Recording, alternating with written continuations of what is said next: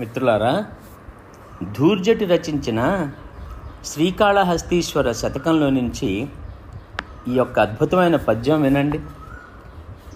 ఈ అర్థం ఏంటంటే, క్లుప్తంగా, ఈ శరీరము ఒక్క పూట అన్నం తక్కువైనా సహింపలేదు. ఇలాంటి సుఖాలకి అలవాటు పడి ఈ శరీరము మనుష్యులు మోక్షమును కోరుకోవట్లేదు కదా అని దీని అర్థం.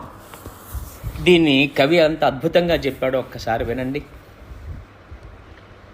ఒక పూటించుక కూడు తక్కువగునే ఓర్వంగలే ఎండకోపక నీడన్ వెదకుం చలింజడిసి కుంపట్లెత్తుకోజూచు వానకు ఇల్లిల్లును దూరు తనువు దీనన్వొచ్చు సౌఖ్యంబురోసి కడాసింపరుగా కమర్త్యులకటా